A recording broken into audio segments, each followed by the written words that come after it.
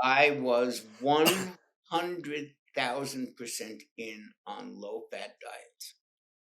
I believed every piece of information we had been taught. And all of our, at that time, all trainers got whatever nutrition information they got from the American Dietetic Association, which I've said many times publicly was next to the American Diabetes Association, probably the most destructive organization for in I was waiting for that. Yeah. next to next to Jane Brody of the New York Times. But don't get me started. So I believed in low-fat diets. I was the guy that if you ordered a egg white omelet, as we did in those days, the dumbest nutritional experiment of the last 100 years, when I would order the egg white omelet, it would come back with a little bit of yolk. I would send it back because I knew that I would get a heart attack if I touched that cholesterol. That's who I was. And we all were that. All of us. This is 1991. We're coming off of Stop the Insanity, Susan Powder, and the infomercials with the low fat, right? Right. And what happened was, remember, we had no nutrition information other than, what they teach you in personal training school, which is nothing. So we all believed this. And it was 1991, 92. 92, the Atkins diet came out in its final edition. It was originally published in 72. There was another edition, the third edition, final edition before he died was 1992. And the Atkins diet was getting a lot of publicity.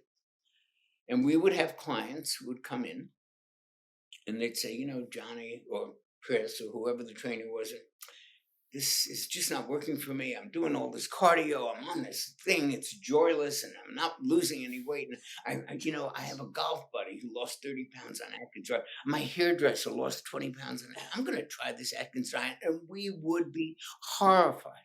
I remember at one point trying to join a movement to get Atkins' medical license revoked. I said, you can't do this. You might lose a couple of pounds, but you will die.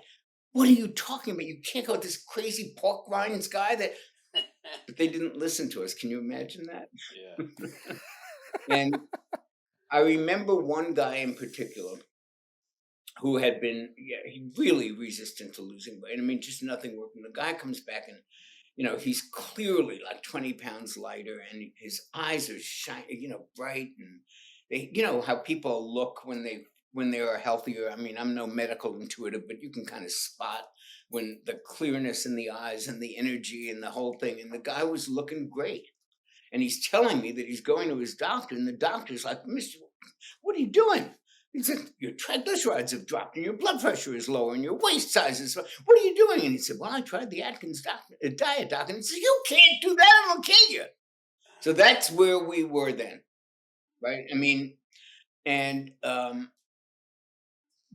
I told you I had a master's in psychology, and there is a concept in psychology. You gentlemen probably know what it is. Maybe the audience doesn't. It's called cognitive dissonance. And it means basically that when there are two ideas that are utterly contradictory, you cannot hold them both in your psychic space. You have to resolve the fact that, this kid was the nicest kid that we ever met in the neighborhood. Oh, he went on top of the book depository and just, shot 20 people. Those two things don't go together. So you have to kind of figure out how to make them congruent.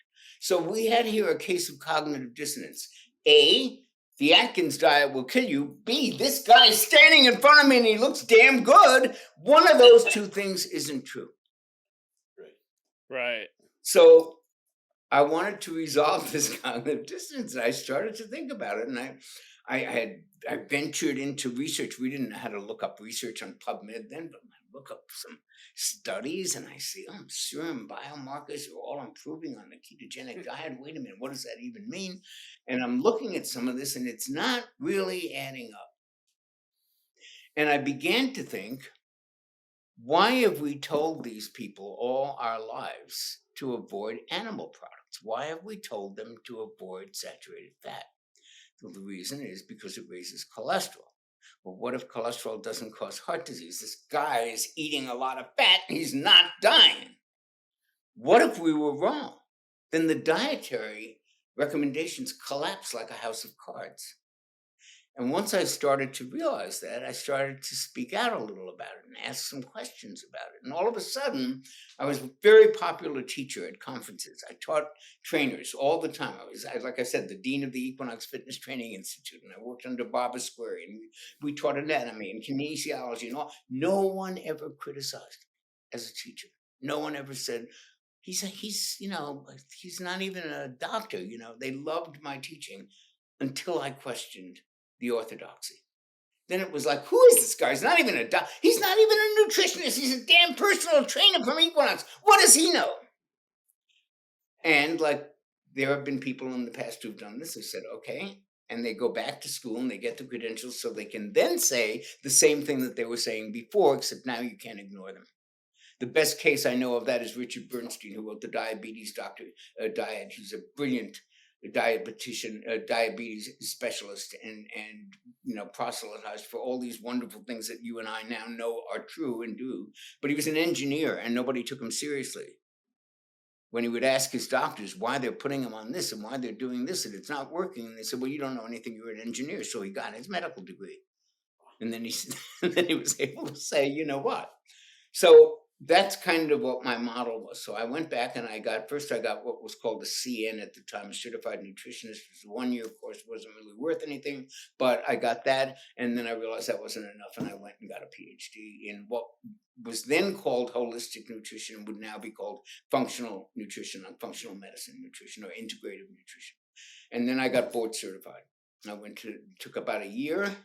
The American College of Nutrition had something called the Certifying Board of Nutrition Specialists, and it was possibly the most difficult exam I've ever taken in my life, 2 days long. And I got board certified, and then I was able to tell everybody what I was suspecting was true before I had the degree, which is that you guys are full of it. Make sure you follow us on Instagram at Crackin Backs Podcast. Catch new episodes every Monday. See you next time.